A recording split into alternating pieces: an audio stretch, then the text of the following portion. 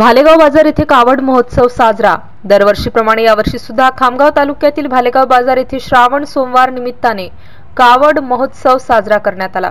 गावातील कावड मंडळांनी एरळी येथील पूर्णा नदीच्या पात्रातील जलपायी आणून गावातील मंदिरामध्ये जलाभिषेक करण्यात आला।